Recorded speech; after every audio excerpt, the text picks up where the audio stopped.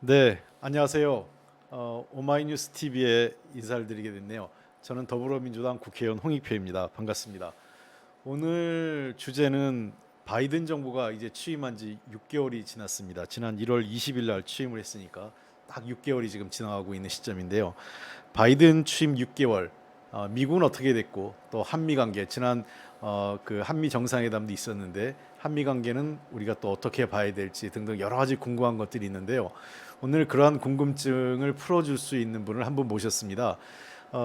저하고 한 7월 달 7개월 전에 12월 달 초에 미국 대선이 끝나고 난 직후에 동일한 방식으로 한번 대담 프로를 했었는데요. 그때 하고 나서 뭐 많은 분들이 조금 그래도 좋게 평가해 주셔가지고 제가 아니라 여기 제가 모셨던 분에 대한 말씀이 아주 생생했다, 그 잘 몰랐던 얘기, 미국의 현재 얘기를 들렸다 하는 분들이 많이 계셔가지고 이번에 미국에서 들어오신 우리 김동석 대표님을 이 자리에 다시 한번 모셨습니다. 김동석 대표님, 미국에 있는 그 한인 유권자연대 대표인 김동석 대표님입니다. 안녕하세요. 네, 안녕하세요. 고맙습니다. 또 불러주셔가지고. 예. 우선 그래도 지난번에 저희가 7개월 전에 12월 달에 할 때도 우리 한인 유권자 그 연대에 대해서 설명을 드렸는데 다시 한번 그래도 이 어떤 단체고 뭘 하는 곳인지 한번 우리 시청자들 위해서 간략하게 한번 설명해 주셨으면 좋겠습니다. 미국에 있는 한인들 한 250만 됩니다. 250만 미국 한인들이 미국에 세금 내니까 미국에서 강한 커뮤니티를 만드는 것 중에 정치적인 힘을 만들자. 그래서 투표 열심히 하고 이렇게 권력 교체할 때에 역할을 해서 목소리를 내가지고 한국과 한인들의 권리와 이익 문제라든지 중요하잖아요. 한미 관계. 그렇죠. 여기에 좀 그 역할을 하자. 25년 됐습니다. 그런 일을 하는 시민단체. 미국도 지금 시민단체 세상입니다. 거기서 그 책임을 맡고 있습니다. 그래서 이제 유권자 연대, 이제 김동석 대표입니다. 예, 지금 뭐 간략하게 말씀드리셨을 텐데 아마 시청하신 분들 똑같이 한국과 미국의 차이 없습니다. 저같이 정치하는 사람들한테 가장 중요한 사람, 그다음에 가장 이 귀중한 분이 누구겠습니까? 바로 유권자, 국민이겠죠. 미국도 마찬가지인데 이 한인 유권자들의 네트워크, 그 커뮤니티를 만들어서 집단적인 목소리를 미국의 유력 정치인들에게 전달하면서 우리 그 미국에 있는 우리 한인들의 권리, 나아가서 아시안 그 소수계 그 민족 사람들의 이 인권이 혹여라도 침해받지 않도록 함께 연대해서 노력하는 거고요. 더불어서 한미 관계에까지 긍정적인 영향을 미치기 위해서 만들어진 단체가 한인 유권자연대, 거기 대표 김동석 대표입니다. 자, 저하고 지난 7개월 전에 그 트럼프 대통령이 이제 패배했죠. 그 바이든 대통령 후보가 당시에 승리하고 나서 이게 잘 될 거냐, 정권 이양이 뭐 무슨 저항이 있지 않을까 이런 우려가 있었는데 생각보다 큰 저항이 있었어요. 당시에 우리 그 생방송을 통해서 CNN이나 뭐 ABC 등 미국 방송을 통해서 또 한국 그 방송에도 그대로 전달이 됐는데 각양각색의 뭐 바이킹 뭐 이 저 분장 뭐 옷을 입거나 뭐 인디언 복장을 하거나 등등 여러 가지 다양한 복장을 한 소위 트럼프 지지자들이 대거 의회에 진입해서 당시 펜스 부통령이 급히 대피하고 경호원들하고 그다음에 낸시 펠로시 그 하원 의장도 사무실이 엉망이 되고 본인도 긴급히 대피하고 뭐 그랬던 것 같은데요. 그 당시 한번 그 상황을 좀 한번 다시 한번 정리해 주시죠. 의사당에서 총싸움이 났습니다. 총싸움이요. 아시잖아요. 예. 회의를 하다가 긴급하게 피신하고서 네. 그러니까 총을 들고 들어온 사람도 있었고 하여튼 그 총싸움이 날 정도로 엉망이고 그때 보면은 트럼프 4년 동안 트럼프의 실체가 역력하게 보였죠. 근데 이제 새 정부가 들어왔지만 아직까지 이 말끔하게 정리를 못했습니다. 그리고 아직까지 트럼프는 다음 선거를 위해서 진 게 아니다, 뺏긴 거다 이렇게 하고 있고 아직 진행 중입니다. 그날이 어떤 날이었었냐면요. 미국에서는 선거가 이겼어도 이거를 마지막 그 대통령이 확정짓는 건 의회에서 이거를 추인을 받아야 됩니다. 네. 그거를 하는 날에 미 전역에 있던 트럼프의 극렬 지지자들이 의지를 가지고 어마어마하게 모였어요. 한 한 3천 명인가 모였는데 계획된 건데 거기에 트럼프 대통령이 시위대 앞에 나가서 연설을 하죠. 그 얘기를 했어요. 의회 앞으로 행진해라. 우리 선거를 도둑질 해가지고 오늘 이걸 결판을 내라 했는데 저길 행진해라. 그런 거를 보면서 다 일어난 일들인데 결국엔 트럼프 극렬 지지층들이 누군가라는 게 뭐 간간히 보였지만 1년 동안 예. 그냥 워싱턴 그날 그게 다 보였습니다. 1월 6일이었었어요. 그래서 그런 사람들 온 모습들이 다 나름대로 다 조직적이었었어요. 그러니까 예. 제일 중요한 거는 이 백인 민족주의라는 부분이 트럼프의 그 실체였었는데 거기에 연관되는 각양각색의 조직들이 전국적으로 동원이 돼가지고 예. 이렇게 와가지고 무장을 했었습니다. 예. 그 인근에 타고 온 차들을 나중에 그 FBI가 갖고서 공개하는 거 보면은 이 폭발물도 들어 있었고, 그렇죠. 굉장히 거의 사실 뭐 웬만한 도시 전쟁 할 수 있을 정도의 무장력을 가지고 왔던 것 같던데. 그러니까 예. 이 담을 그냥 기어 올라가고 예. 창문을 깨고 들어가 가지고서 뭐 이거를 그냥 거의 난장판을 만들었죠. 근데 미국이 전 세계 대구서 진짜 이 방송 용어는 아니지만은 막 하면 개망신을 당한 예. 거죠. 예. 그러니까 미국 민주주의가 저런 꼴이로 전락한 시점이 그렇습니다. 됐는데 예. 물론 뭐 바이든 대통령 취임 이후에 뭐 아메리카 이즈 백 그래서 미국이 되돌았다는 얘기는 이런 문제까지 포함해서 다시 미국의 민주주의가 좀 더 시스템적으로 정상화되고 하는 과정인 것 같은데 그러나 어쨌든 그 당시 사건에 대한 의회 차원에서 또 미국 정부 차원에서 진상 조사가 좀 계속 이루어지고 있고 또 이 문제 때문에 민주당과 공화당 간에 좀 대립도 있다고요? 네, 그러니까 아주 굉장히 깐깐한 분인데 낸시 펠로시가 이제 예. 거기 1인자 아닙니까? 그러니까 바이든 대통령은 이걸 그냥 좀 넘어갔으면 했어요. 왜냐하면 이제 집권을 하니까 이거를 예. 이제 통합의 리더십을 가져야 이제 국정이 운영이 되는데 뭐 어림도 없었죠. 낸시 펠로시가 어림도 없었기 때문에 이걸 계속해서 조사하고 조사위원회를 꾸리고 그리고 법으로 만들고 했는데 조사위원회를 초당적으로 꾸리는데 아직 그게 안 되고 있어요. 그러니까 공화당은 아직까지 트럼피들이 중심 세력을 갖고 있어요. 그때하고는 다르지만. 그러니까 여기서는 가장 트럼프를 극렬하게 지지하는 한 5, 60명의 의원들이 공화당을 주도하기 때문에 네. 그 조사위원회에 우리가 들어가야 되는데 케빈 메카시 공화당 대표가 가장 트럼프의 극렬 지지하는 사람을 그 조사위원회로다가 보냈으니까 이게 며칠 전이죠. 그러니까 낸시 펠로시가 조사할 자격이 없는 사람을 보내서 이걸 리젝트 시켰습니다. 거부를 해가지고 아직 이 위원회가 안 꾸려지고 있죠. 우리하고 비슷한 일이네. 우리도 5.18 그 진상규명과 관련된 위원회 구성했더니 5.18을 가장 똑같습니다. 폄하하는 분을 예. 야당에서 추천해가지고 위원회 구성 자체를 지연시키거나 난항을 한 적이 있었는데 네, 지금 그렇습니다. 예. 예. 그러니까 이거를 볼 때는 1월 6일에 이 대혼란이 생겨났던 거에 대한 거가 지금 공화당은 내년도 선거의 하나의 툴로다가 그거를 유지해야 트럼프 지지층들 이를테면은 이민을 반대하고 다양한 인종들이 눈에 받아들일 수 없는 사람들이 이제 트럼프 때 나왔죠. 예. 아직까지 절대 다수의 이러한 부류의 유권자들이 내년도 선거에 영향력을 행사할 것 같으니까 그 공화당에서는 당 차원에서 이거를 좀 옹호하려고 그러는 그 정치적 이 액션을 취하는 거죠. 그래서 사실 이 문제를 볼 때에 미국의 의회에 지금 뭘 기대할 수 있을까? 뭐 이런 생각도 들고 하여튼 미국의 오피니언 리더들이 미국 의회를 평가하는데 가장 좋은 이 잣대로다 지금 이게 많이 인용이 되고 그러고 있습니다. 예. 자, 결국은 트럼프 대통령이 선거에서 패배하고 물러났고 바이든 정부가 들어섰는데 트럼프 대통령의 그림자, 뭐 트럼프 대통령의 어떤 잔영이랄까 이런 게 여전히 미국 사회의 한 축을 지배하고 있다 이렇게 보시는 것 같은데요. 한 가지 그 궁금한 게 있어서 아까 지금 그 의회 얘기 많이 하셨으니까 미국이 이제 상하원 구분돼 있지 않습니까? 대선 끝나고 나서 사실 민주당이 많이 생각보다 승리하지 못했어요. 민주당 하원 의석은 더 줄었고 그렇죠? 그 당시에요.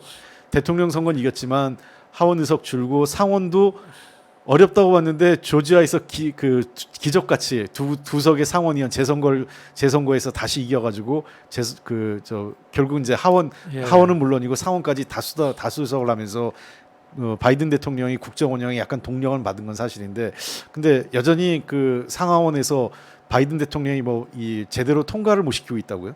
그러니까 작년 선거가 예. 그러니까 우리 것처럼 미국 시민 입장에서 보면요, 트럼프가 이긴 겁니다.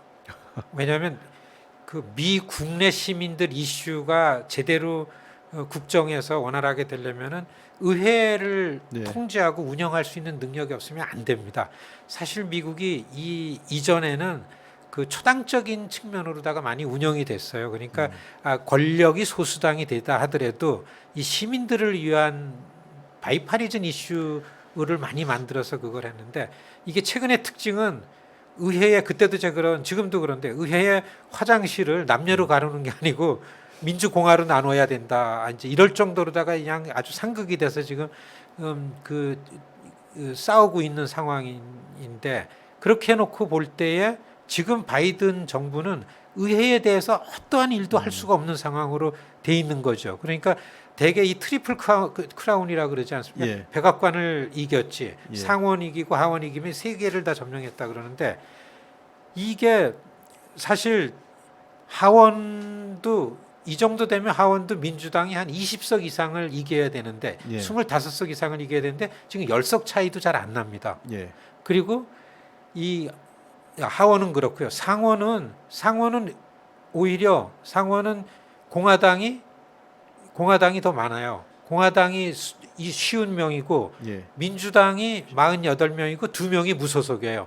무소속 2명이 교섭단체를 민주당이랑 꾸려가지고 50대 50이죠. 네. 그리고 한 명이 카말라 해리스가 민주당이잖아요. 그 캐스팅보드 부의장 그렇죠. 부통령이 의장을 대행하니까요. 네. 이 정도 되면은 다수당이라고 하기 되게 어려운 거죠. 예. 어쨌든 그러니까 형식적으로 겨우 이제 그렇죠. 다수석을 차지하고 있는 네. 거죠.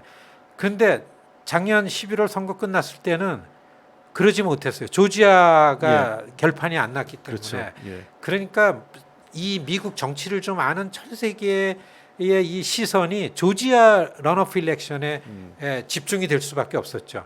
겨우 조지아의 상원 2명을 민주당이 이겼기 때문에 그나마 지금 부통령 캐스팅 보트를 활용할 수 있는 거죠. 하여간 조지아가 그 바이든 부통령을 그 2번이나 살린 건데, 대선 그렇죠. 때도 예. 조지아주에서 승리하면서 그 선거인단을 안정적으로 확보했고, 그다음에 상원 의석 전통적으로 얘기 공화당 텃밭이었지 않습니까? 그렇죠. 예, 뭐 공화당, 100년 이상 공화당 마당인데. 공화당 텃밭인데 이게 민주당이 2석을 차지하면서 기적같이 그 어쨌든 형식적으로 다수 의석을 캐스팅 보드를 통해서 다수 의석을 상원에서도 행사할 수 있게 됐는데, 그럼에도 불구하고 그 여기 상원 의원 중에 그 웨스트 버지니아의 그 조 맨친이라는 의원이 그 상당히 바이든 대통령을 좀 어렵게 곤혹스럽게 한다, 네. 얘기가 나오는데요. 조지아보다 더 만년 공화당이 웨스트 버지니아죠. 조그만 예. 데인데 거기는 이제 상원들이고 하원이 하나일 겁니다. 그러니까 그렇게 작은 주인데, 조 맨친이라는 분은 이 공화당보다 더 공화당 같은 민주당원입니다. 원래 예. 늘 이 보링 기록이, 왜냐하면 자기 지역구가 그렇기 지역구는 때문에 보수적인 곳이니까. 예, 이해가 되죠. 근데 이분이 자기는 상원의원을 계속 하려면 자기 웨스트 버지니아를 대변을 해야 되니까, 그러니까 이 사실은 상원도 다수당이고 하원도 다수당이기 때문에 바이든 대통령이 밀어붙이면은 미국을 바로잡고 미국의 서민이나 국정 운영을 해나갈 수 있는데, 그거를 막는 게 필리버스터라는 그 다수의 이걸 막는다는 이거를 필리버스터를 무효화시킬 수 있는 거를 상원에서 법을 만들 수 있어요. 예. 그건 다수결로 하는 겁니다. 그거는. 그러니까 그거를 해도 이 조 맨친이 반대하기 때문에 안 되는 거예요. 조 맨친 그 상원 의원이 지금 2가지를 반대한다고 그러는데, 하나는 아까 얘기한 필리버스터 제도 유지해야 된다. 그러니까 폐지하지 하면 안 된다라는 게 하나 있고, 두 번째는 이 트럼프 대통령이 계속 문제 삼고 있는, 내가 대통령직을 이겼는데 그 투표 개폐해서 졌다라고 하는 게 이 선거 제도의 문제되지 않습니까? 투표법이죠. 예, 우편 투표, 그다음에 사전 투표 뭐 이런 등등의 문제에 대해서 지금 일부 그 트럼프를 지지하는 공화당 출신 주지사가 있는 주에서는 투표를 제한하는, 그러니까 사전 투표도 제한하고 우편 투표도 제한하는 그 제도를 지금 주 차원에서 하려고 한다. 이거를 그렇습니다. 연방법으로 막으려고 하는데 이 조 맨친 상원의원이 반대하고 있다고 제가 들었는데요. 그러니까 지금 미국의 흐름을 알려면 미국 시민 입장, 유권자 입장에서 봐야 되는데 두 가지가 있습니다. 그러니까 공화당, 민주당이 부딪히는 게 하나는 이 바이든 대통령은 제일 지금 급한 게 이 좌플랜이라는 네. 이 인프라 법안을 통과시켜서 경기 활성화를 시켜야 됩니다. 그렇지, 일자리도 만들어. 일자리 이게 그래서 좌플랜인데 예. 이거가 의회에서 여기에 들어간 예산안을 동의를 해줘야 되는데 이게 합의 안 되죠. 이게 예산이 지금 4조 달러 정도 그렇죠. 되는 거죠. 예. 예, 예. 근데 이거를 통과를 시키려면은 필리버스터를 무력화시켜야 돼요. 이것도 네. 조 맨친이 안 하기 때문에 안 되죠. 또 한 가지는 말씀하신 것처럼 작년도에 바이든이 이길 수 있었던 거는 사전 투표, 우편 투표 때문에 그랬습니다. 예. 예. 그러니까 지금 내년도 중간 선거를 놓고 볼 때는 사전 투표, 우편 투표가 작년에는 왜 그걸 했냐면 팬데믹이기 때문에 했습니다. 근데 이제 이게 좀 유연해지고 좀 이 팬데믹 상황에서 나가게 되면은 각 주에 따르는 선거법에 의하게 되는 거죠. 특별한 네. 경우가 아니고 여기서는 많은 공화당 주지사가 있는 주는 제한 선거를 합니다. 그러니까 선거하기가 까다로워요. 그러니까 이렇게 소수인종이나 흑인이나 주로 바이든을 찍었던 사람들은 투표하기가 어렵죠. 그렇죠. 우편 투표 때문에 바이든이 된 거잖아요. 네. 우편 투표를 못하게 하는 주가 거의 16개, 17개 주가 됩니다. 그 제가 한번 그 재밌는 얘기인데 미국 갔을 때 제가 들은 얘기지만 흑인들이 투표를 막으려고 일부러, 그러니까 되게 이제 공화당 쪽에 반대하는 투표를 많이 하잖아요. 민주당을 흑인들이 하니까 흑인들이 집단 많이 사는 주거지 근처에 경찰차가 서 있대요. 그 투표장에 가는 길에. 그리고 흑인들이 투표하러 가다가 되돌아오고 뭐 이런 경우도 있다고 그러는데요. 그렇죠. 뭐 그것뿐만 아니라 절대 백인은 예. 투표소에 가도 뭘 유권자인지 아닌지를 별로 이렇게 묻지를 않습니다. 네. 그러니까 이제 우리 이제 시청자 여러분들 보시면 작년도 블랙 라이브스 매터라는 예. 아주 1년 동안 미국이 그냥 큰 혼란기가 있었는데 그때 흑인들이 들고 나온 거가 어떤 거냐면요. 미국의 경찰은 공권력은 흑인 보면 우범자로 취급해요. 그렇죠. 예. 히스패닉 보면 불법 체류자로 취급을 합니다. 그러니까 이게 이렇게 취급받는 게 코로나 전염병보다 더 무서우니까 거리로 나온 거죠. 네. 그러니까 투표를 하는데 법적으로 보장이 안 되면 그래도 투표하러 나가기가 어려운데 그러니까 흑인들한테는 이 우편 투표라든지 사전 투표가 너무 좋은 거죠. 그래서 투표율이 올라가고 그런 것 때문에 조지아가 100년 공화당 주가 지금 작년도에 민주당으로 가고 이거 레드 투 블루라 그러는 게 조지아입니다. 예. 이걸 하나 잡는 게 너무 중요한데 이것도 조 맨친이 필리버스터를 옹호하기 때문에 안 되고 그러니까 민주당이 두 가지 이 인프라 법안하고서 선거법 이 예. 두 가지를 필리버스터를 무력화시켜야만 통과가 시키는데 이걸 맡고 있는 게 공화당 같은 민주당원인 조 맨친 상원원 때문에 되는 거죠. 네. 그래서 대통령 위에 맨친이 있다. 이게 그냥 미국 뉴스 채널에 나와서 하는 사람들 얘기입니다. 예, 이제 우리하고 좀 독특한 다른 이제 예. 미국의 정치 문화인데요. 우리 같은 경우는 이제 막 여당 의원이 한 명이 그렇게 목 입으리면 뭐 우리 당원 게시판에 난리가 났을 겁니다. 그리고 당에서 이제 당론을 통해서 그렇게 못하게 할 텐데 미국에서 상원의원 같은 경우 거의 뭐 독립된 정치 주체처럼 자기 권한을 행사하다 보니까 이런 게 가능해진 것 같은데 그럼에도 불구하고 이와 별개로 지금 소위 그 민주당 내에서의 어떤 그 뭐랄까 이념적 거리랄까 또는 서로 간의 정치적 어떤 이해관계가 좀 상충하면서 벌어지는 문제가 있다고 들었는데요. 뭐 그 공화당은 공화당끼리, 예. 민주당은 민주당끼리 당과 당이 대결이 아주 격하게 되기 때문에 어려움도 있고 또 당 안에서도 중도와 공화당은 중도와 극우, 예. 민주당은 또 중도와 그 진보 예. 여기가 너무 또 대립을 하기 때문에 당 자체도 하기가 어려운 거죠. 그렇기 때문에 지금 바이든 대통령도 그렇고 그다음에 각 당의 리더들도 그렇고서 뭐 일하기가 가장 어려울 때죠. 모든 게 그렇게 부딪히는 거죠. 예. 그래서 실제로 지금 바이든 정부가 들어와서 이런 아까 얘기한 이 자플랜, 그러니까 인프라 관련된 투자 결정도 좀 잘 안 되고 있고 의회를 통과한 법안이나 어떤 그 정부의 결정들이 그 별로 없다 이런 얘기가 나오거든요. 그러니까 지금 제일 괴로움을 당하는 건 바이든 대통령입니다. 지금 네. 좌불안석이에요.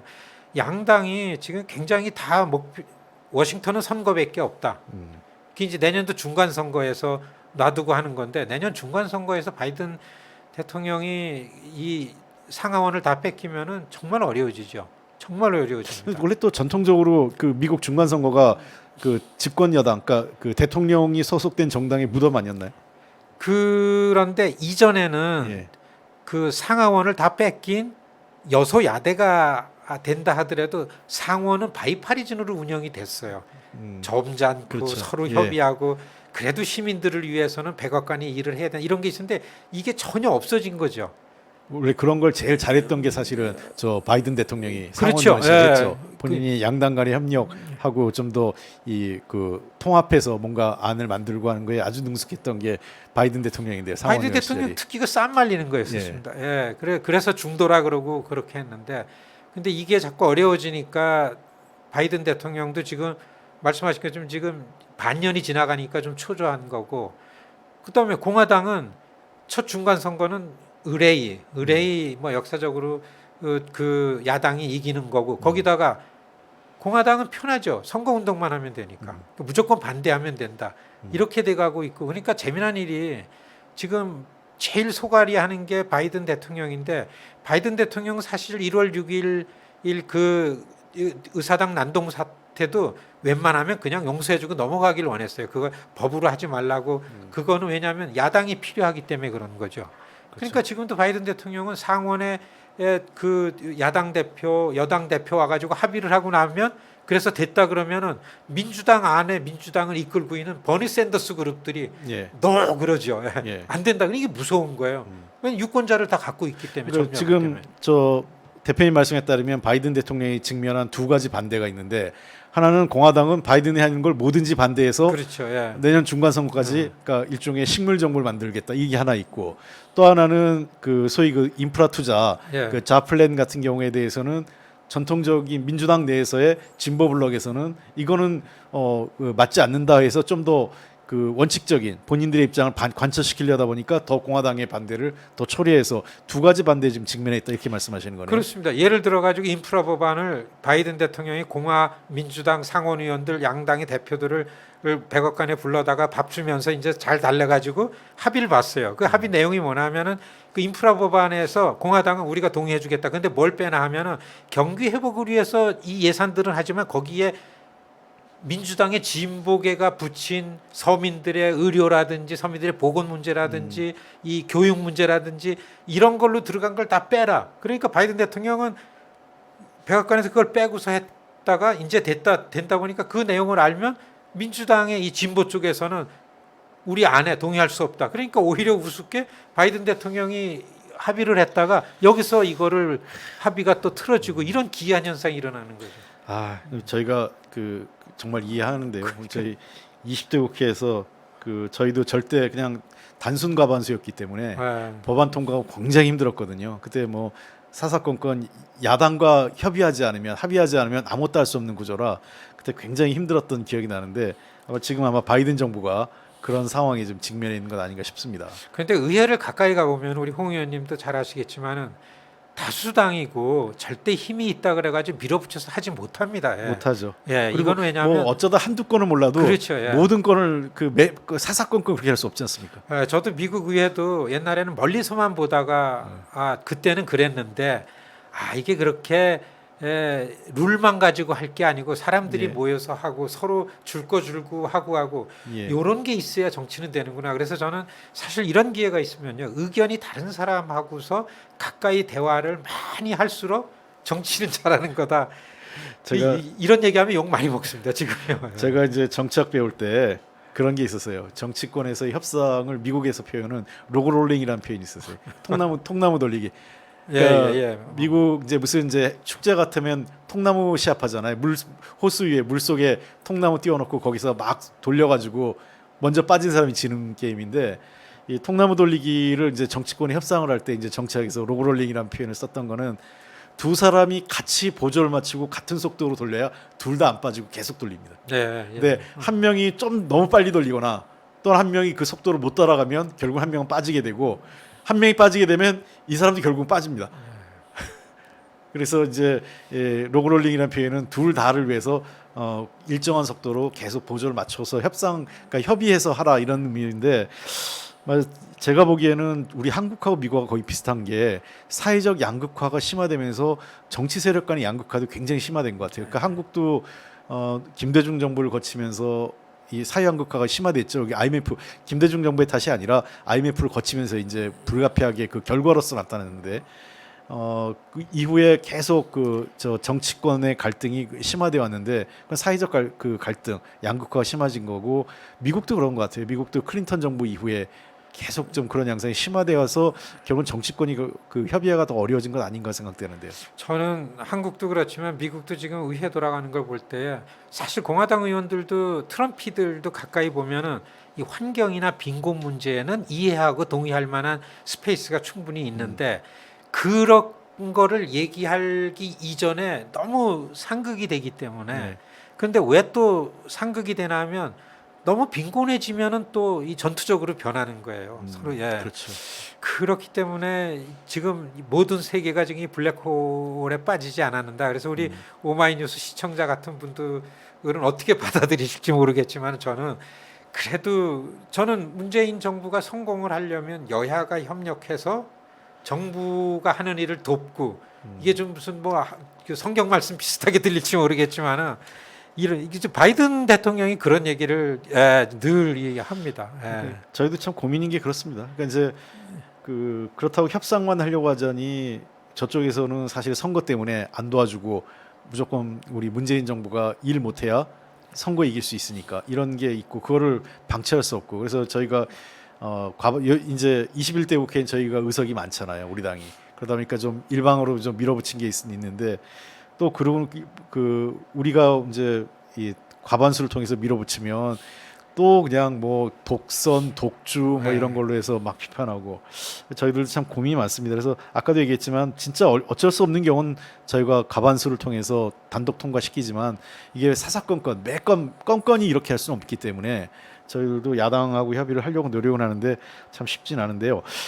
조금 주제를 우리 시청자들이 굉장히 궁금해하고 초반에 좀 나왔던 건데 트럼프가 한 3년 후죠. 이제 한 3년 3년 반 정도 후에 재기할 수 있을까요? 지금 재기할 수 있다 없다 뭐 이런 거 갖고 계속 논란이 좀 논쟁이 있는 것 같은데요. 분명히 있는 거는 2024년 트럼프 대통령이라고 그 선거 운동을 조직적으로 하는 게 현실적으로 있습니다. 지금 있고 당장 내년도 의회 선거죠. 내년 중간 선거에 공화당이 약진을 하고 세력을 만들려면 지금 트럼프가 절대적으로 필요합니다. 그래서 그걸 중간에 놓고 그걸 하는데 의회 내의 리더십들을 보면은 트럼프라는 존재를 가지고서 지금 정치권에서 공화당이 살아나고 돌파를 하려는 한 툴로다가 사용하는 거 분명하고 이 한 일주일 전에 미국은 어느 당이 이길 거라는 걸 평가하는 가장 객관적 잣대가 선거를 위해서 얼마나 많이 돈을 많이 합니다. 펀드레이징 레코드 그 데이터를 보니까 공화당은 절대 트럼프의 후원을 받는 의원들이 그 트럼프를 좀 반대했던 좀 전통적인 공화당 의원들은 지금 전망하면 내년도에 자리를 다 잃을 것 같이 보입니다. 그래서 저는 지금 1년 반 내년도 선거니까 1년 반이지만은 저는 제가 보기에는 내년도 중간 선거는 공화당이 크게 이길 걸로 다 전망이 돼요. 근데 그러면 이제 그게 트럼프의 부활, 그렇죠. 뭐 트럼프의 다시 재도전의 어떤 그 청신호 이렇게 보시는 건가요? 그런데 지금 같은 흐름으로 볼 때는 공화당에서 트럼프를 정리하려는 의지는 보입니다. 정리한다는 이거를 어떻게 내친다는 게 아니라 트럼프가 아닌 공화당의 세기를 제시하는 공화당의 지도자를 만들려는 그런 작업들이 보이지만은 지금으로서는 여하튼 트럼프 없이는 내년도 선거에 공화당이 이기기가 어렵다라는 부분은 확실한 겁니다. 그러니까 여전히 그 공화당 지지층 그다음에 또는 그 좀 확장해서 전 국민을 대상으로 했을 때 트럼프의 발언권이나 영향력이 상당히 있고, 그러니까 내년 중간 선거에 그 공화당 승리를 위해서는 트럼프의 역할이 불가피하다. 그렇게 보시는 거죠. 그 트럼프가 백악관에 있을 때는 트럼프가 어떻게 하는 거나 보이기나 했죠. 예. 지금 보이지도 않으면서 선거 운동만 하는 거죠. 이 이게 팩을 참, 만들어서. 우리가 보는 관점하고 미국에서의 관점이 좀 다른 게, 한국 사회에서는 지금 트럼프 대통령은 거의 뭐 약간 좀 이상한 사람 이렇게 비춰지는데, 반면에 여전히 미국 사회에서 절반의 미국 그 사회의 유권자들은 한 절반은 트럼프에 대한 지지를 하고 있다는 것은 상당히 우리로서는 좀 뭐랄까, 이 트럼프를 어떻게 봐야 될지 이런 궁금한 게 있어요. 이렇게 좀 볼 필요가 있습니다. 한국에서 다른 나라에서 더구나 저 같은 경우도 소수계로 미국에서 살아가는 사람 눈으로 봐선 트럼프는 각개표죠. 예. 차별주의자고 저건 어디 인간이 아니다 이런 게 너무 많죠. 그런데 아직까지 인종적 편견이 있는 백인이라는, 그리고 미국이라는 나라가 다양화되면서 망가졌다라고 보여지는데 맺혀 있는 좀 교육 수준이 낮고 자기만 아는, 이게 이제 절대 다수 백인인데 이 사람들 눈으로 볼 때에는 트럼프라는 정치적 이 밸류가 다르게 오겠다라는 거. 그렇기 때문에 정치적으로 트럼프 생명은 그 당분간은 갈 거다라는 이런 생각을 하는 거죠. 네, 어쨌든 이제 미국의 정치 상황을 정리해 보면 바이든 정부가 6개월 출범했지만 여전히 트럼프의 그림자가 강하게 남아 있다라는 게 하나 있고요. 두 번째는 바이든 정부가 실제로 일을 하긴 굉장히 어려운 조건. 그러니까 하나는 공화당의 발목 잡기, 또 내부의 민주당 내부에서의 어떤 그 진보 블록과 중도 블록 간의 어떤 그 이 간극, 서로 간의 불일치, 뭐 이런 것들이 그 바이든 대통령이 뭔가 그 의회와 협조를 구할 때 민주당에 1차적으로 민주당으로부터 위협이 있고, 두 번째는 공화당으로부터 위협을 받고 있는 이런 상황이고, 세 번째 우리가 정리해 볼 거는 내년도에 있을 중간 선거인데, 이게 중간 선거가 하원 435석 전체를 갖고 하고, 그렇죠. 상원은 한 3분의 1이기 때문에 100석 중에서 34석. 그다음에 주지사도 굉장히 중요한데, 주지사 선거가 50개 중에서 36개 주에 대한 36개. 중간 선거치고는 꽤 규모가 큰 중간 선거인데요. 네. 예.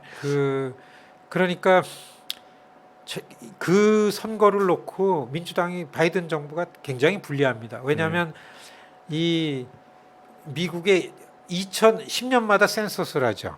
그냥 2020년 센서스 결과를 가지고 선거구 조정을 한 걸로 다 선거를 치릅니다. 예. 그 조정이 어떻게 되냐면 민주당 지지주에서는 인구가 빠졌어요. 이거 어디가 인구가 늘어나면 공화당 주인 플로리다나 그 텍사스 같은데 하죠. 그러니까 캘리포니아하고 뉴욕 같은 전통적인 민주당 주는 2석 내지 3석씩 감소하고요. 디스트릭 이제 줄은 거죠. 의석이. 근데 이제 텍사스나 이 중남부 지역의 공화당 지역들이 늘어났어요. 이게 한 12~13석의 차이가 나니까 이걸로 분리하고, 뭐 그 자체로도 뭐 최대 10석까지 왔다 갔다 할 수 있는 그렇죠. 상황이죠. 더 좀 들이다 보면은 이 민주당이 선거가 상원이 훨씬 많아요. 예. 그러니까 임기가 끝나가지고 50명 중에 34명을 뽑는데 민주당이 선거 치르는 의원이 한 10명이 더 많습니다. 공화당보다. 예. 그러니까 이렇게 놓고 볼 때는, 선거를 놓고 볼 때는 민주당이 굉장히 불리한 상황이죠, 지금요. 네네. 그러니까 공화당은 지금 그 선거법만 제한적 선거를 하도록 하기 위해서 우편 투표를 못하게만, 적어도 20개 주만 못하게만 하면은 우리가 이긴다, 이런 데이터를 가지고 지금 전문가들이 봅니다. 알겠습니다. 저희가 미국의 내년 중간 선거가 바이든 정부 하반기에 바이든 정부의 어떤 전국 국정 운영에 굉장히 중요한 그 어떤 시금석이 될 수 있고, 어떻게 될지 어떤 이정표가 될 것 같은데요. 그걸 좀 보기로 하고요.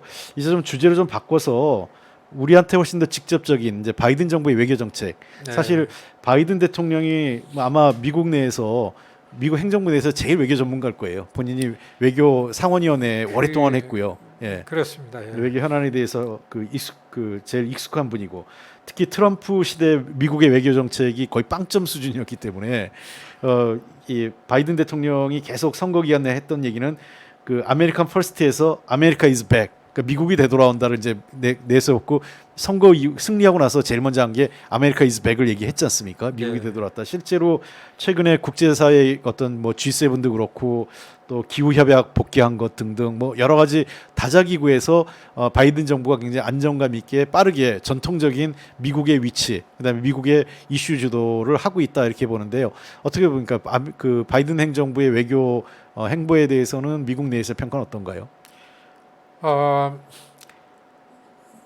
아직 외교안보 측면에서 바이든 대통령에서 뭐 낸 성과는 없습니다. 예, 그리고 바이든 정부가 이렇게 국제사회에서 이렇게 망가진 미국이 어떻게 복구를 해서 가겠다라는 아주 선명한 디렉션이 구체적으로 나오지는 않았습니다. 이런 거는 나왔죠. 미국을 다시 국제사회에서 리더 국가로 만들려면은 이제 그러기에는 지금 미국을 앞서려고 그러는 중국이 등장을 했잖아요. 예. 그러니까 중국에 대해서 동맹을 복원해서 중국을 견제하고 이렇게 하겠다라는 거는 선명하게 보이지만 어떻게 구체적으로 하겠다라는 거를 내놓고 성과를 낸 게 아끼 없다며. 그렇지만은 지금 바이든 대통령의 지지율은 나쁘지 않아요. 진짜 그런지는 모르지만은 제일 90% 미국 시민들의 관심은 코비드 19이었습니다.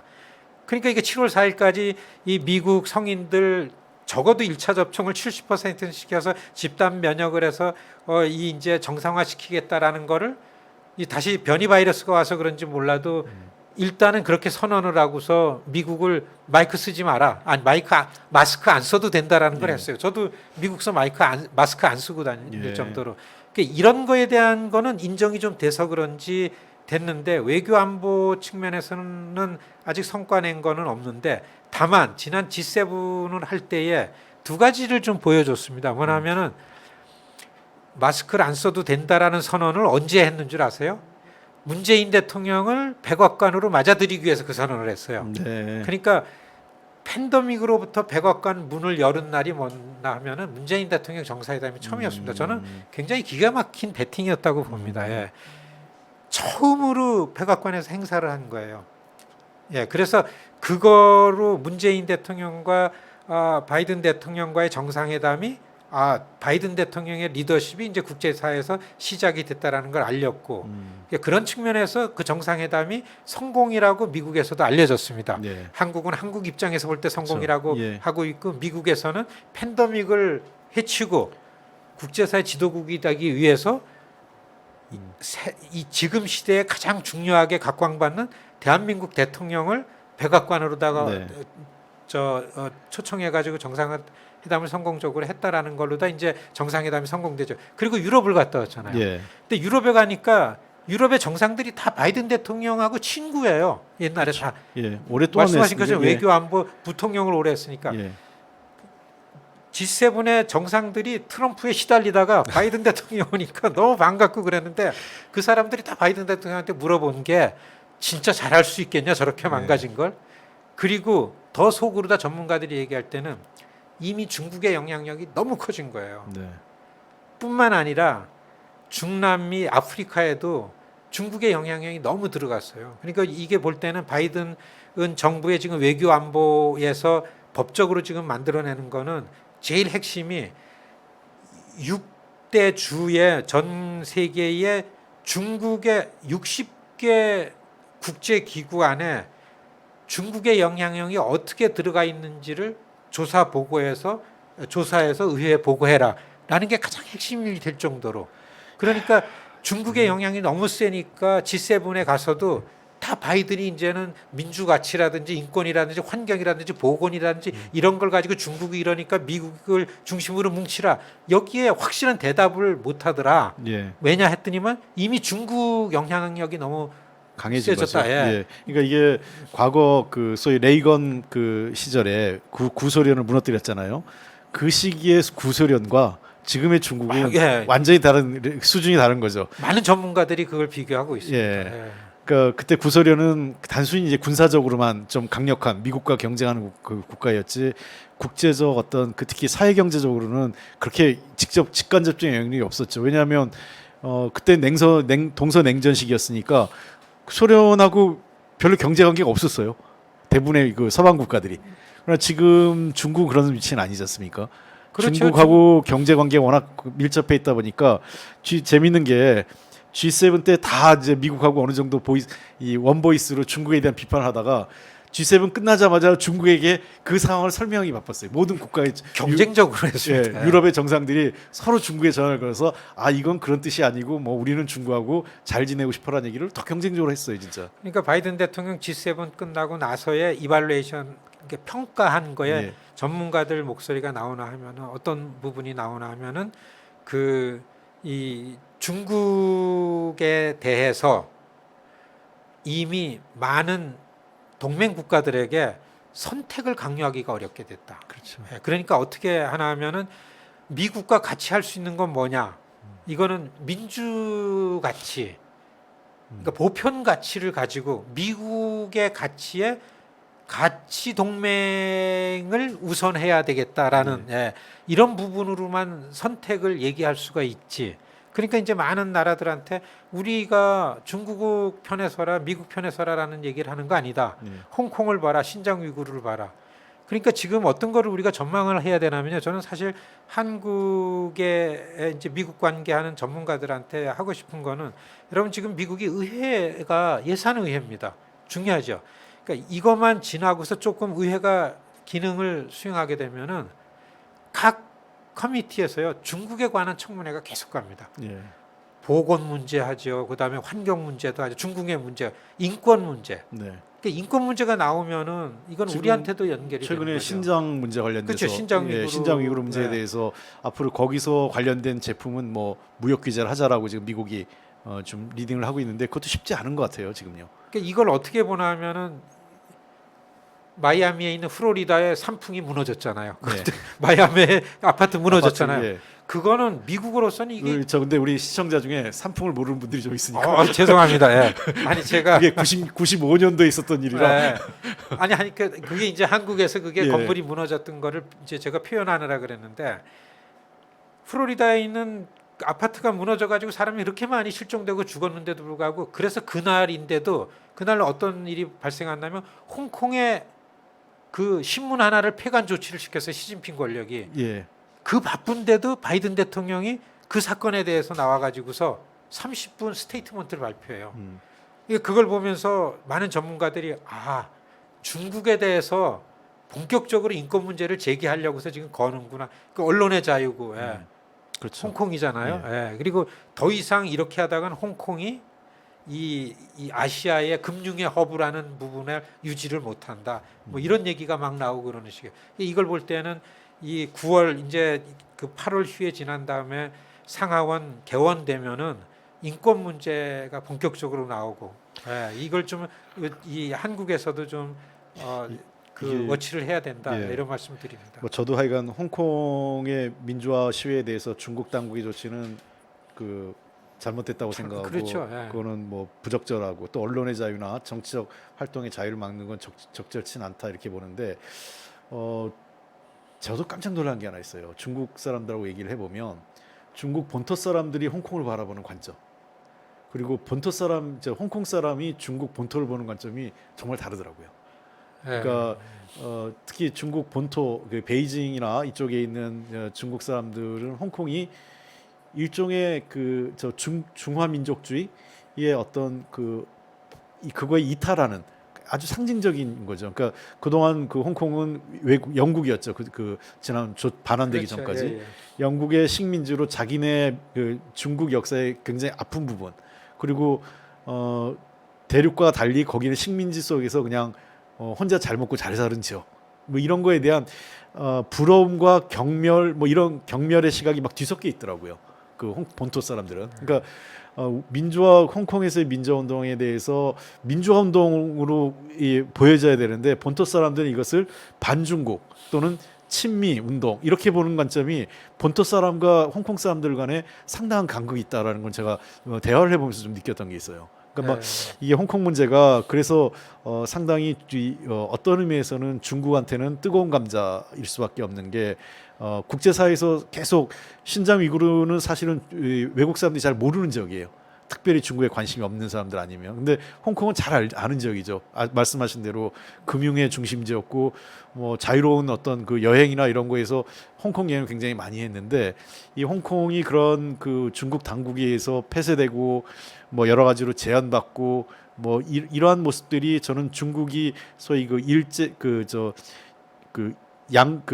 일국 양제라고 그러죠. 하나의 사회주의 제도와의 여러 가지 그 하나의 국가 속에서 다양한 그 사회주의와 자본주의 시스템을 병존하겠다고 하는 그런 생각이 위협받고 있는, 그러니까 의심받고 있는 상징으로서 지금 홍콩의 상황이 보이는 것 같아요. 그렇습니다. 지금 우리가 한국에서 보고 하는 거에 비해서 미국에서 중국 문제가 훨씬 네. 지금 긴장이 강화됩니다. 당분간 그렇게 될 거라고 그렇죠. 보죠. 예. 그런 영향이 한국에도 많이 이 긴장을 조성한다고 보는데요. 지난 7월 8일이 7월 8일 그때가 중국 공산당 100주년 네. 행사를 했죠. 그 100주년이었는데 그 주간에 미국에서는 중국만이 뉴스였었습니다. 그러니까 이게 미국에서 중국은 전국적이고 전 국민적이고 사실 미국의 반중 정서라는 거는 우리처럼 한국인으로 아시안으로 미국에서 살아가는 사람들한테는 대단히 어려움을 겪는 거죠. 그렇죠. 예, 지금 많이 그 발생하는 아시안 혐오 범죄라는 것도 사실 보면 기반이 그런데 대부분 중국 사람으로 있고, 예. 나가시면 뭐 다 아시아 사람은 다 중국 사람으로 보고 있다면서요. 그렇죠. 예. 그러니까 제가 이제 그 워싱턴에 비교적 씩씩합니다. 이제 제가 한국인이기 때문에 이 일을 하지 예. 중국계라면 FBI가 금방 따라붙습니다. 예, 그리고 최근에 그런 게 나와요. 이 중국의 시진핑 반체제 인사가 싱가포르나 홍콩으로 갔다가 미국으로 와가지고 안 돌아가는 사람, 그리고 여기서 계속 중국 시진핑 체제를 비판하는 사람들을 회유해서 데리고 가거나 그다음에 그 가족들을 핑계 삼아 가지고 뭘 하거나 이렇게 미국에 와 있는 사람들한테 하는 중국 사람들이 너무 많아요. 그러니까 중국에서 그런 인물을 갖고 오지 않고 미국에서 살아가는 중국 사람들 중에서 홍 의원님이 말씀하신 것처럼 의지적 중화주의자들이 많은 거예요. 예. 그러니까 중국 본토를 위해서 나는 이런 일을 한다 가지고서 어디 시진핑 체제를 그래, 그러면서 이거를 반체제 인사들을 협박하고 이게요. 그래서 요즘에 뉴스를 보면은 그런 사람들을 미국에서 워치해 가지고서 스파이법으로 체포하고 이런 게 많을 정도로 지금 미국에서 생각할 때 중국에 대한 긴장은 네. 굉장히 고조돼 있다. 예. 자, 이게 결국은 그 지난 3월에 트럼프 대통령하고 바이든 대통령하고 이제 시진핑 주석 간의 미중 정상회담이 있었잖아요. 보통 많은 사람들이 그래도 조금 완화되지 않을까 했는데 실제 중국 내에서 그런 얘기가 나옵니다. 저도 중국 쪽에 아는 분이 있는데 중국에서 바이든 대통령이 트럼프보다 더하다. 그러니까 말은 트럼프가 거친데 실제로 중국을 압박하는 강도는 바이든 정부가 훨씬 더 강하다라는 게 중국 내에서 반응인 것 같더라고요. 이제 미국의 눈으로 볼 때 예.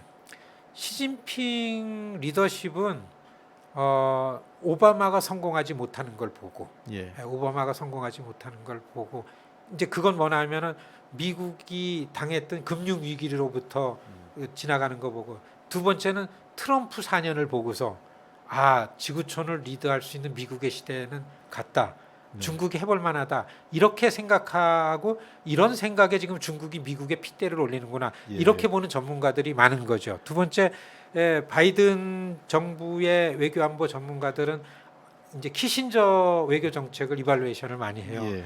자유시장 경제 시스템을 받아들여서 그래서 중국이랑 큰 나라가 굴러가면은 서서히 미국과 같은 체제 안으로 순응을 하겠구나라는 전제하에서 추진했던 키신저의 외교 프로젝트가 예. 이거는 그게 아니었다. 예. 그러니까 모택동 이후에 가장 지독한 권위주의 이 독재자가 나와가지고 지금 이렇게 한다.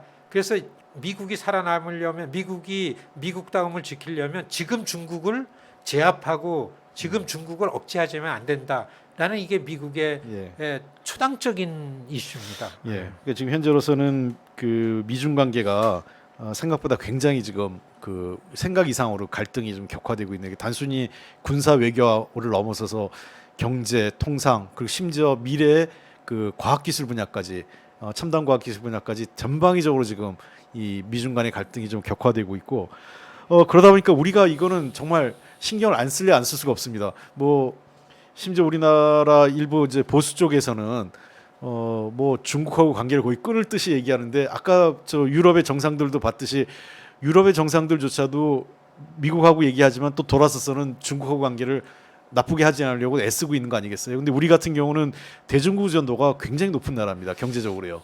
그러니까 그 현재 우리 입장에서는 미국과 중국을 뭐 선택해서 여기를 취하고 저기를 어느 쪽을 버리고 이럴 수 있는 상황이 아니죠. 우리의 가장 외교의 핵심적인 축은 한미 그 저 관계 이걸 기본으로 하고 있지만 경제적인 측면이나 지역의 안정, 그러니까 특히 북한 문제를 포함한 지역 안정 또는 경제 문제에 있어서는 중국과의 관계를 무시할 수 없는 게 우리의 딜레마인데요. 이 한미 관계, 한중 관계를 좀 묶어가지고 좀 같이 좀 봐야 될 것 같은데 지난번 한미 정상회담이 있었지 않습니까? 아까 말씀하신 네, 것처럼. 비교적 5월달에 있었던 한미 정상회담이 저희들로서는 굉장히 성공적이었다고 평가를 하고 있어요. 뭐 사실 뭐 우리뿐만 아니라 외신에서도 굉장히 좋게 평가했는데 하나는 이제 글로벌 백신 파트너십이 만들어졌고요. 그다음에 그 경제적으로 우리 기업이 이제 미국에 적극적인 투자를 했죠. 네, SK하고 예. 삼성 등이요.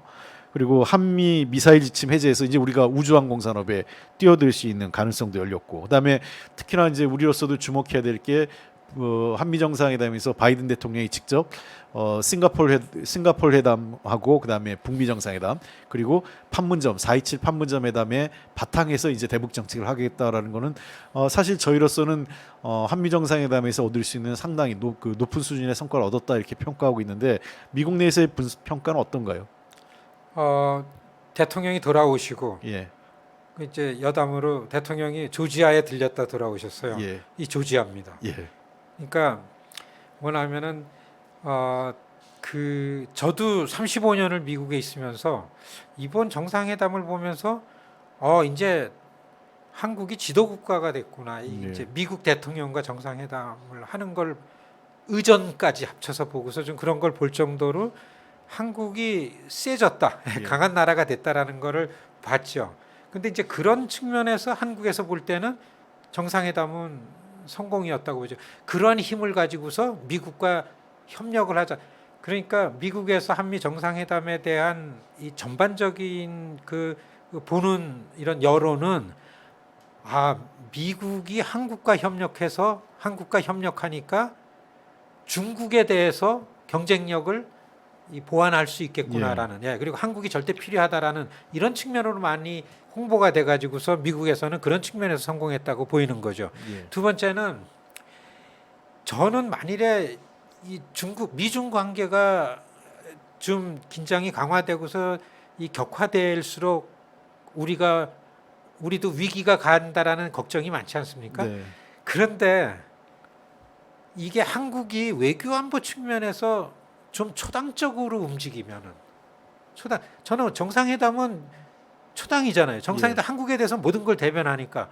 그러니까 미국과 협력해가지고 중국과 관계를 끊지 않고 해나갈 수 있는 스페이스가 꽤 있더라고요. 그렇죠. 그러니까 미국에서도 여러분 우리가 한국 보고 언제 중국을 버리고 우리랑만 하자 그랬습니까? 네. 우리가 얘기하는 우리랑 같이 갈 수 있는 거는 우리랑 같이 갖고 중국에 대해서 비판할 건 좀 비판하고 그리고 또 중국과 가면서 미국에 대해서 잘못된 건 얘기할 수 있으면 얘기하고 이렇게 같이 가자는 거지. 이런 얘기를 미국 정치인들이 해요. 네. 저도 직접 듣고. 예. 그런데 이게 왜 어려워지냐면은 한국이 외교 안보도 너무 정파적이니까 네. 너무 목소리가 양당이 다르니까 그런 기회를 그렇게 언론도 한몫하죠. 그러니까 정치뿐만 아니라 그러니까 이제 예를 들면은 지금 우리는 북과 협력 교류를 해야 됩니다.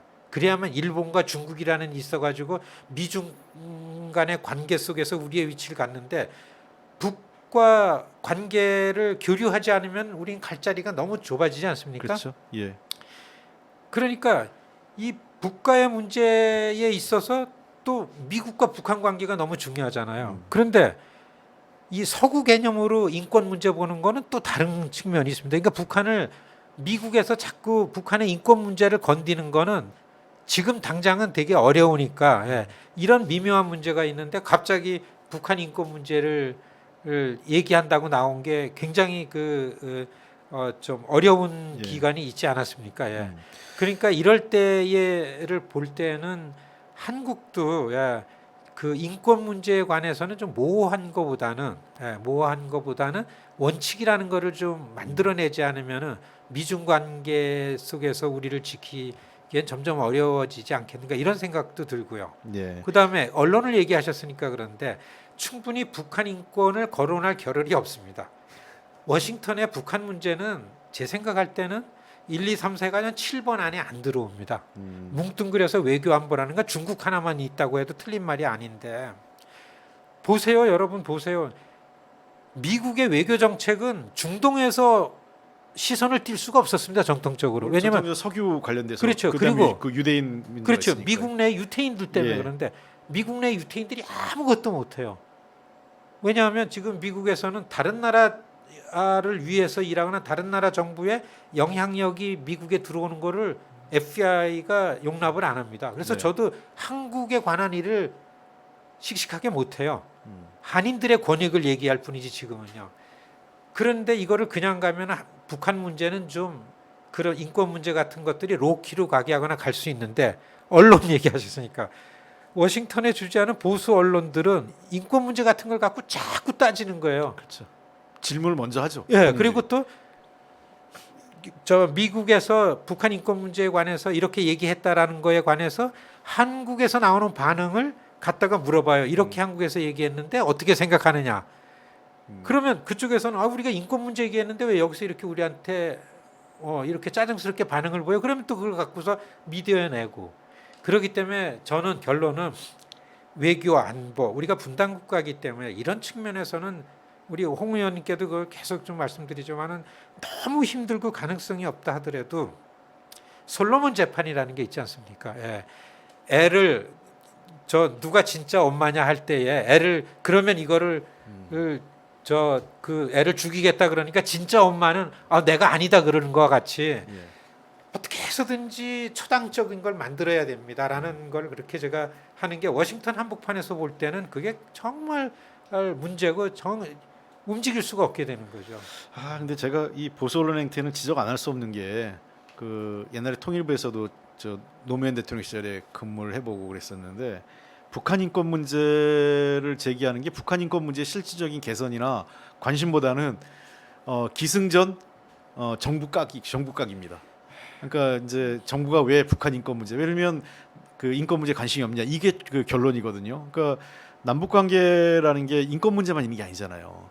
여러 가지 특히나 그 최우선 과제가 북한의 핵 문제를 포함해서 평화 소위 그 군사적 충돌의 안정적 관리가 핵심이고 그 이외에 이제 경제협력 문제 또 사회 교류 이산가족 쌍봉 인권 문제 인도적 지원 문제 이렇게 쭉 있는데 이거를 다 제외하고 그냥 무조건 인권 문제를 최우선적으로 제기하는 거는 이 문제에 대해서 실질적 개선보다는 결국은 니네 이거 관심 없지 이거 안 하지 뭐 이런 거에 목적이 있더라고요.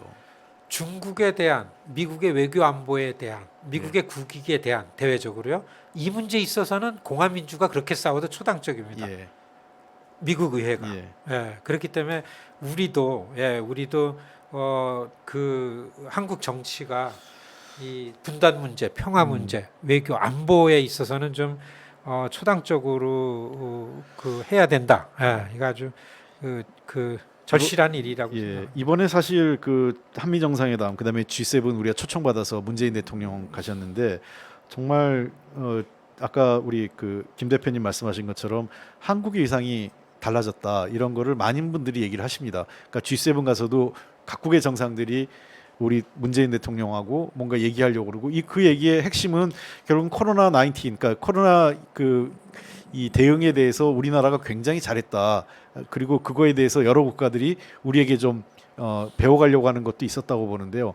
이번에 그 한미 간의 코로나 이 백신 그 글로벌 공급 체계에 대해서 양국이 협력하기로 했거든요. 실제로 백신의 그 생산 1위가 미국이고 생산 2위가 한국입니다. 우리나라가 이번에 협의해서 모더나까지 들어오면 사실 우리나라는 모더나 그 또 화이자 그다음에 아스트라제네카 그다음에 심지어 그 소련의 그 저 스푸트닉까지 해서 그 아주 중요한 백신은 거의 다 국내에서 다 생산하는 그 이 시스템을 갖추게 되거든요. 그 노바 백신 포함해 가지고요.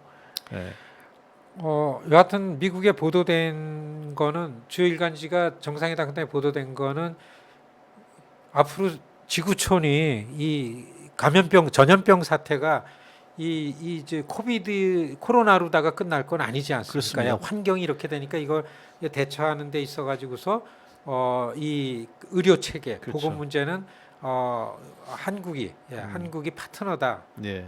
그리고 두 번째는 그 미국이 지금 가장 중요하게 여기는 게 이 전략적인 측면에서 그런데 이 반도체하고 이 배터리, 배터리요. 그 조지아가 그 뭐 이미 다 아시는데 한국의 LG와 SK가 미국에서 이제 붙었잖아요. 예. 그래가지고 판결은 이제 LG가 이겼는데 조지아가 난리 났어요. 왜냐하면 조지아의 SK가 조지아에 짓던 공장이 나가게 됐거든. 그럼 조지아는 너무 어려운 거예요. SK가 짓는 조지아의 배터리 공장이 서야만 그 다음에 지금 배터리 시대잖아요. 자동차. 그렇죠. 예. 그걸 선두로 해서 조지아가 미 50개 중에서 배터리의 허브가 되는 건데 그걸 뺏기면 안 되는 거예요. 그 새로 선출된 상원의원 2명이 계속 이수혁 대사님한테 가가지고 SK에 안 예. 나가게 좀 해달라고. 주미 한국 대사입니다. 그렇죠. 이수혁 대사. 예. 주미 한국 대사 한국에다 통사정을 하는 거죠. 안 예. 나가게 해달라고. 예. 그러니까 백악관도 그게 과제가 된 거 아닙니까? 그렇죠. 그래서 예. 대통령이 돌아오신 다음에 우리처럼 그래스루트 운동을 그 정치 운동을 하는 사람들 중에 한국 사람들만 골라가지고 커트 캠벨이 백악관 브리핑을 했어요. 네. 그러니까 한미 정상회담에서 이러이러한 성과가 있었다라는 거 할 때에 백신이 외교한 거하고 그다음에 한국 기업들로 인해 가지고 미국이 대중관계에서 경쟁력을 네. 갖추게 됐다라는 얘기를 특별 브리핑을 했습니다. 한국계들 그렇습니다. 정치인들을 그러니까 해가지고. 지금 우리가 좀 주목해야 될 게 그러니까 미래에 대한 한미 협력의 지평이 넓어진 거죠. 옛날에는 단순히 이제 우리가 주로 미국한테 받는 관계가 많았고 외교안보적으로도 의존했다면 이제는 이 백신 문제, 그 이제 앞으로 이제 코로나 그 19을 넘어선 새로운 바이러스에 대응할 수 있는 공동의 문제에서 바이오 산업과 백신 문제, 그 다음에 미래 산업이라고 할 수 있는 핵심 산업인 반도체와 배터리 분야에 대해서 한미 간에 협력할 수 있는 그 토대가 만들어졌고 실제로 미국이 가장 유력한 협력 국가로 한국을 지목한 거 아닙니까? 그렇죠. 지금 워싱턴 안에 어떤 이제 기운이 드나면요. 중국이 그렇게 미국의 적대적인 관계가 돼가는데도 불구하고 의회에 있는 아시안계 의원들하고 그 다음에 왜냐하면 반중국이라는 게 미국의 아시안은 다 중국이라고 해도 틀리지 않습니다. 네. 차이니스 그러지 아시안이라고 안 그러거든요. 그러니까 그런 측면에 있어가지고 중국과 협력을 해야 된다라는 목소리가 그 워싱턴 이너서클에서 나오기 시작하고 두 번째는 보건 문제 이거는 중국과 협력하지 않으면은 이게 지구촌이 이게 해결이 안 되는 거 아니냐. 그래서 이거는 중국하고 경쟁까지가 네. 맥시멈이지 군사적 대결이라든지 이거보다 더 체제에 대한 대결 이게 아니다라는 목소리 나오고 그다음에 지금 뭡니까 환경이 최고잖아요. 그렇죠. 기후 변화. 예, 기후 변화도 이것도 탄소 줄이는 것도 중국을 설득하고 중국이 하지 않으면 미국이 이거 아무것도 못한다. 그렇습니다. 그러니까 미국의 진보 시민단체나 이런 데서 이 목소리가 나오기 시작합니다. 그러니까 이 세 개요. 보건 문제, 그 환경 문제, 그리고 거기다 인권 이런 측면은 미국의 리더십에 적극적으로 한국이 그 같이 결합이 될 수 있다고 보는 거죠. 그렇죠. 예, 예. 중국에 대해서 협력해야 된다는 목소리가 나올 때. 그래서 이제 홍 의원님이 지금 그걸 언급해 주셨는데 저는 이런 보편적 가치라든지 이 글로벌 이슈에 대해서는 백신이 그거라고 봅니다. 예. 예, 우리가 갖고 있는 거 세계가 공유하도록 우리는 백신을 만들어서 나눠주겠다. 미국이 하는 것만큼 하겠다. 이 선언을 하셨잖아요, 대통령. 예. 그러니까 이게 인상적으로 미국 국민한테 들어오는 거죠. 그래서 이런 측면에서는 리더십을 발휘하겠다고 적극적으로 나가면은 미국과 중국 가운데 우리 위치가 있다. 네. 저는 이렇게 봅니다. 굉장히 중요한 말씀이죠. 그러니까 문재인 대통령이 한미 정상회담에서 단순히 한미 관계가 아니라 세계적 문제를 논의한 거거든요. 그러니까 문재인 대통령이 전 한국에서 문재인 대통령님이 되게 스마트하시더라고. 예. 그 얘기를 뉴스 채널에서 하더라고요. 문재인 대통령이 우리 백신 좀 많이 주세요. 그런 얘기를 안 하셨어요. 그렇죠. 예. 우리뿐만 아니라 백신이 필요한 나라들을 이걸 대처를 나랑 같이 하자거든요. 예. 근데 미국에서는 한국이 달라 그러면 그것도 줄 수가 없어요. 왜냐하면 백신이 필요한 나라는 한국보다는 더한 나라도 있으니까요. 그렇죠. 일본이 더 필요하고 인도는 더 필요한 예, 거죠. 예. 어떻게 한국을 더 많이 주냐. 이런데 한국 대통령이 백신을 달라 그러지 않고 글로벌 세계를 협력을 책임지자. 세계를 같이 책임지자고 네. 한 거니까요. 그래서 우리가 대량 생산을 할 수 있다. 예. 같이 하자. 그러니까 요렇게 해가지고 보도가 되는 거에 대해서 미국에 있는 한국계들이 프라우드를 가진 거죠. 그렇죠. 자부심을 가진 거죠. 아니, 그 부분은 미국의 여러 이 전문가들도 그 얘기를 많이 하세요. 그러니까 그렇게 하셨더라고요. 한국이 단순히 그 사정하고 자기 이익만 챙기는 게 아니라 미국과 한국이 한미 동맹이 글로벌 이슈를 같이 책임지려고 하는 노력에 있어서 한 단계 성숙한 것 같다라는 그 얘기를 많이 하고 있고요. 그 뭐가 또 이제 시간이 갔지만은 그 한국전 참전했던 어느 예, 한 분이 용사, 훈장을 주는 게 같잖아요. 예, 예, 거기에 바이든 대통령도 문재인 같이 대통령도 예. 프로 앉아 이렇게 다리 구부리고 그렇습니다. 앉았잖아요. 예, 예. 한국 대통령에 대한 리더십에 대해서 이 코멘트가 되게 많이 나왔어요. 네. 그러니까 한국의 리더십도 이제는 네. 한국의 리더십도 저러면은 미국이 요구하는 보편적 가치의 한국의 리더십을 발휘할 수 있다. 이런 걸 많이 볼 수 있었습니다. 그런 측면에서 이제 우리나라 대선이 얼마 안 남았잖아요. 대선이 그렇더라고요. 이제 내년 3월인데 대선에서 이게 좀 논쟁이 되는 게 외교안보 분야에 대한 역량에 대해서 별로 논의가 안 되고 있는 게 좀 아쉽다 이런 생각이 드는데 앞으로 모르겠습니다. 우리 한국의 지도자, 그러니까 옛날 김대중 대통령 이후 정말 김대중 대통령이야말로 우리가 준비된 대통령 한 게 단순히 국내 문제뿐만 아니라 외교안보 남북 관계까지 잘 준비가 됐었는데 어떻게 보세요? 이 외교안보 역량이 한국의 미래 지도자가 가져야 될 굉장히 중요한 덕목이 아닌가 생각되는데요. 저는 외국에서 보시면서 미국의 시민이 된 지 제가 이제 미국에서 산 지 35년인데 미국 시민이 저도 두 번째 가라면 서러울 정도로 반미였었어요. 그런데 제가 지금쯤 와가지고 미국 시민이라는 게 좀 자랑스럽게 여겨지는 게 있습니다. 뭐냐면은 저쪽에 민주가치라는 부분을 옹호하는구나. 그 다음에는 세계가 어려울 때에 책임을 져야 된다라는 부분을 미국 시민들한테 교육을 시키는 게 있습니다. 네. 미국이 패권을 가지고서 없는 나라들을 함부로 할 때라는 거하고서 좀 다른 면을 볼 때 그랬는데요. 그렇기 때문에 저는 이제는 정치 철학이라는 부분이 중요하다. 어디서는 네. 그러니까 이 외교 안보 측면에서 그래야 지금 세계에서 지도 국가가 될 수 있다 이거죠. 그러니까 예. 지금 어떻게 해서든지 저는 오히려 외교 안보 측면 지구촌사에서 리더십이 중요하다고 봐요. 지금 역사적으로 대한민국이 역사적으로 다 가장 활력이 넘치고 에너지가 잘 돼 있는 때라고 합니다. 예. 그러니까 우리는 목표는 지금 이 민족 역량을 잘 보존하고 구축해 나가는 리더십이 너무 중요하죠. 네. 국경이라는 게 의미 없어지지 않습니까? 예. 그러니까 그렇게 하려면 어떻게 되냐 할 때는 이 정치 철학이라는 측면에 있어 가지고 보편 가치에 대한 입장과 관점 그리고 이제는 빈곤 문제에 대한 책임성 예. 이런 게 국내의 리더십에 국한되는 게 아니고 저는 이제는 공유할 거다라는 그렇죠. 거 보죠. 그래서 저는 그런 측면에 있어 가지고서 이 철학적인 측면이 중요하다. 네, 중요한 말씀하신 것 같습니다. 그러니까 아까 단순히 한미 관계가 이제는 한미 관계에서의 어떤 이슈만 국한된 게 아니라 세계적 이슈에 대한 책임을 같이 지겠다고 한 거 아니겠습니까?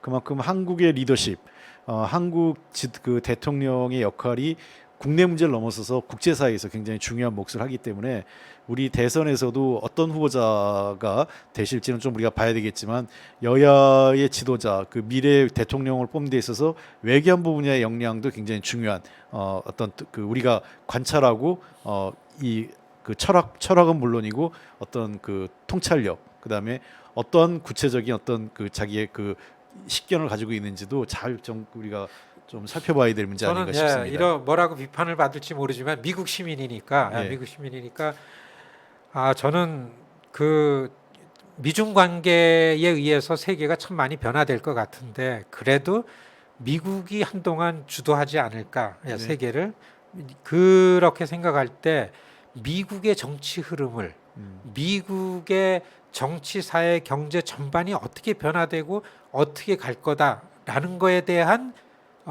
그 이해 전망을 잘하면서 앞으로 대통령이 되면은 한미 관계라는 부분을 어느 측면에서 어떻게 할 거다라는 부분의 정견을 보면은 저는 리더십이 예. 보일 거다 이런 의견을 좀 그렇습니다. 냅니다. 제가 뭐 얘기한 뭐 여러 가지 요인이 있겠죠. 뭐 경제 철학, 뭐 또 정치 철학도 있지만 외교안보 분야의 철학도 우리가 비중 있게 후보자의 덕목으로서 살펴봐야 될 부분 아닌가 싶고요. 마지막으로 제가 미 하원 분야 우리 한국계 의원이 네 분이나 계시죠. 그렇습니다. 이거 처음이죠. 이렇게 네 분이 계신 게. 우리 저 설명을 드리면은 이게 이제 하원인데 미국은 사실 하원 정치입니다. 인구 예. 비례 구성이기 때문에 435명 의원 중에 아시안이 16명이에요. 예. 그 중에서 한국이 4명이고 예. 인도가 4명이고 중국이 3이고 일본은요? 일본이 3이고 그다음에 베트남, 필리핀이 1명씩입니다. 그러니까 우리가 아메리카 중국, 일본보다 더 많네요. 제일 예. 많죠. 인도랑 같습니다. 예. 그런데 얼마 전에 여기 그 방문했던 아미베라 인도계입니다. 예. 이게 아테소 위원장인데 그러니까 그렇게 될 때 16명 아시안 중에서 14명이 민주당이고 2명이 공화당이에요. 예. 그러니까 2명 공화당 의원이 한국계입니다. 네. 근데 어떻게 보면은 그 아시아계가 2명 있는데 둘 다 한국계. 그렇죠. 공화당 경우에. 예. 그 둘 다 여성이죠. 예. 그러니까 지금 하원을 볼 때 이게 공화당에서도 왜 이 2명의 한국계 여성이 중요하냐면 공화당도 안 되겠다 이제는 여성도 중요하고 그다음에 유색인종, 그러니까 아시안 쪽도 그렇죠. 굉장히 중요한. 여성 의원 숫자도 민주당이 압도적으로 많습니다. 그러니까 그렇죠. 예. 다양성 소수계 이런 걸로 예. 볼 때는 민주당의 정책적인 그 강령이 있기 때문에 그런데 그렇지만 2명이 공화당에 갔으니까 공화당도 이제는 여성이 중요하고 공화당도 이제는 아시안이 중요합니다. 네. 그렇기 때문에 지금 볼 때 미주 지역에 미국에 한 250만 한인이 있는데 여기에 4명이 한국계이기 때문에 근데 제가 좀 이 방송을 통해서 그 선거 그 끝난 다음에 한국에서 미국의 부통령이 흑인계 인도인이에요. 카말라 그렇죠. 해리스가 카말라 해리스. 예. 아버지가 흑인이고 엄마가 인도계잖아요. 인도계죠. 예. 그런데 그 스트릭랜드라는 그 워싱턴 스테이트 그렇죠. 시애틀 지역구인 그 스트릭랜드라는 의원은 한국계 한국계 흑인이죠. 흑인이에요. 예. 아버지가 흑인이고 예. 그 엄마가 한국계인데 예. 그래가지고 얼마나 좋은지 몰라. 이게 그때 굉장히 한복 입고 그 등원했잖아요. 이게 개회식 때 우리 이제 알고 예. 우리가 아는데 자기가 한복 입은 거는 90 노모가 자기가 개원식에 난 걸 잘 못 찾을까봐 예. 엄마가 잘 보라고 엄마가 늘 강조하던 한복을 입었다라는 예. 거예요. 그 말에 열광을 합니다. 누가 그렇죠. 코리안 아메리칸들이. 예. 그런데 한국에서는 순종이 아니다. 뭐 이런 얘기가 나왔다는 게 뉴스에 나오는 거고. 미 하원 의원까지 하신 분인데 그분이.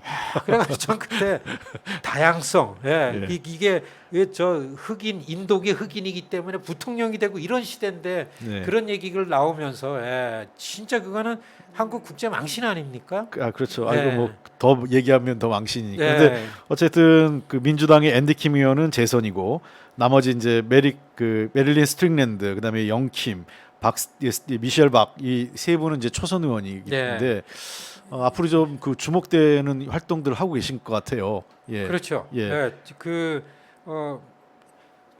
앤디 김은 전문적인 측면에서 인정을 받고, 예. 그다음에 영킴은 예. 이 오랜 경력과 경험. 예. 영킴은 초선이지만은 삼선으로 취급을 합니다. 왜냐하면 네. 20년 동안 에드로이스라는 거물 정치인의 예. 외교 안보를 총괄을 해온 사람입니다. 그리고서 스트릭랜드는 타코마시라는 이 다 죽어가는 도시를 하나 부흥을 시켰어요. 중국과 교류해가지고. 예. 그래서 그걸로 공천받아서 됐고, 그다음에 미셸 스틸박은 이제 그 공화당 백인 지역에 가가지고 그리고 오랫동안 또 뭐 한인권 사회에서도 역할 많이 선출직에서 하셨죠. 굉장히 큰 예. 선출직으로 오랜 경험이 있고 예. 백인들이 정치 잘한다라는 평가를 받아가지고 이제 나와서 됐습니다. 이분이 뭐 선거에서 진 적이 없다면서요. 전혀. 그러니까 오히려 이거는 한 70만 명에 한 명 뽑는 하원의원인데 예. 이분이 커미셔너라는 군수를 한 거죠. 군수. 예. 군수는 이제 인원이 더 많은 거죠. 그 인구가 그렇게 볼 때는 근데 그래도 예. 네 분 다 내년 선거 너무 중요합니다. 쉽지 예. 않아요. 네. 예. 그러니까 저도 뭐 이게 그 뭐 민주공화당 그다음에 진보 보수 이 이념을 떠나서 우리 한국계 의원들이 잘 선전해서 미국 의회 정치권에 조금 더 그 영향력 있는 그 거물급으로 좀 성장했으면 좋겠다. 특히 앤디 김 같은 경우에는 이제 3선이 되는 거 아니겠어요? 3선이면 중진급에 확실하게 올라서는 거기 때문에 그렇습니다. 예. 예. 지금 재선이고 예. 한 번만 되면 이제 예. 예, 이제 무슨 위원장도 할 수 있는 거 아니겠어요? 예. 그 다음에 되면은 이제 좀 예. 한국도 방문하고 네. 진짜 이런 여유가 생길 예, 겁니다. 알겠습니다. 그래서 점점 제가 보기에는 이분들 그러니까 국회도 우리가 아까 저 대표님께서 얘기 시간이 안 돼서 얘기를 안 하신 것 같은데 늘 강조하신 게 그 미국 의회에 대한 외교잖아요.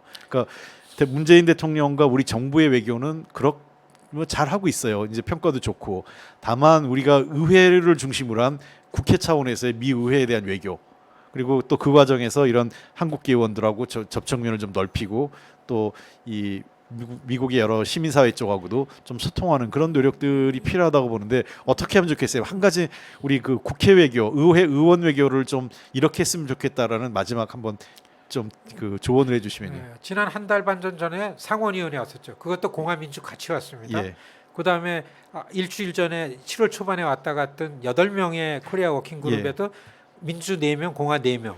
그렇습니다. 그래서 의원들이 외국을 방문할 때는 반드시 초당적으로 팀을 짭니다. 그러니까 이제 그런 바램을 여의도 국회에다 좀 가지면서 저는 금방 안 되잖아요. 그래서 지금서부터 좀 장기적으로 의원과 의원들 간의 친밀 관계를 갖고 무슨 일이 생길 때 금방 우리 홍 의원님도 미국의 어느 의원한테 핸드폰 걸어가지고 이러이렇게 설명도 하고 이렇게 의원들 간의 이 관계를 좀 맺었으면 하는 저희가 이런 일은 얼마든지 돕습니다. 알겠습니다. 워싱턴에서.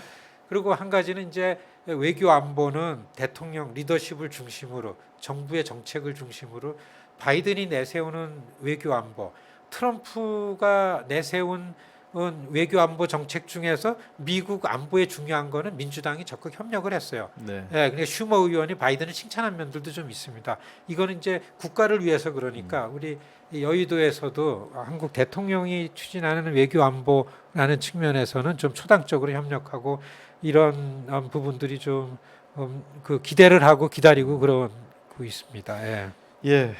뭐 시간이 좀 더 길었으면 좋겠는데 또 시간은 또 제한돼 있고 저희가 무한정할 수 없기 때문에 이 정도에서 마무리해야 될 것 같아요. 우선 그 코로나 이 와중에 팬데믹 와중에 또 태평양을 건너서 한국까지 오셔가지고 시간을 내서 또 저랑 이 오마이뉴스 시청자 여러분들을 위해서 시간을 내준 우리 김동석 대표님께 다시 한번 감사 말씀드리고요. 지난 7개월 전에 했던 얘기를 또 다시 여기서 좀 이후의 얘기를 좀 풀어가면서 들은 얘기를 좀 정리해 보면 어쨌든 미국은 새로운 그 바이든 정부 출범을 했지만 여전히 트럼프의 그 그림자 영향력이 남아 있는 것 같습니다. 그리고 바이든 정부가 여전히 그 의회와의 협력이 쉽지 않은 상황에서 두 가지 문제죠. 공화당 내부의 민주당 내부의 문제, 또 야당인 공화당의 발목 잡기에 상당히 어려움을 겪고 있는데 아마 내년도 있을 그 아주 메머드급 지방선거가 바이든 정부 국정 운영에 중대한 분수령이 되지 않을까. 현재로서는 우리 김종석 대표님은 민주당 그 바이든 정부가 굉장히 어려운 여건 하에서 선거를 치를 가능성이 높다 이렇게 전망을 하셨습니다. 조심스럽게지만 공화당이 좋은 결과를 거두지 않을까 이런 전망을 하셨는데 아마 저희가 좀 지켜봐야 될 것 같고요. 그다음에 외교안보 분야에 대해서는 바이든 정부가 아직까지는 외교안보가 구체적인 성과는 없지만 어쨌든 상당히 안정감, 그다음에 정상회담 회교를 통해서 신뢰감을 주는 데는 성공한 것 같다. 그러니까 아메리카 이즈 백이 완전하게 복귀했다고 볼 수는 없지만 일단은 미국 대통령으로서는 매우 성공적으로 국제사회에 잘 안착한 그리고 미국의 그 다자주의 외교, 그다음에 국제 규범을 존중하려고 하는 미국의 모습을 보여주는 데는 성공적인 변신을 하고 있다라고 얘기했고요. 그럼에도 불구하고 미중 관계는 가장 그 국제사회에서 최대 현안이고 미국의 중국에 대한 압박은 트럼프 정부 때나 도리어 바이든 정부 들어와서 더 강화되는 조금 더 그 이 바뀌지 않고 있고 이 문제에 대해서는 민주공화 미국 내 민주공화 양당이 초당적으로 이해관계를 같이 하고 있는 상황인 것 같습니다. 대중국 의존도가 높은 한국의 입장에서는 매우 그 면밀하게 이 과정을 좀 살펴봐야 될 것 같고요. 다만 한국의 입장은 미국을 버리고 중국을 선택할 수도 없고 그렇다고 중국을 버리고 미국을 선택할 수 있는 그런 양자 그 태길의 관계는 아니라고 생각을 합니다. 미국 역시 한국에게 중국을 버리라고 요구하고 있지 않고요. 제가 만난 중국의 정치 지도자들도 한국이 미국을 버리라고 얘기하지 않습니다.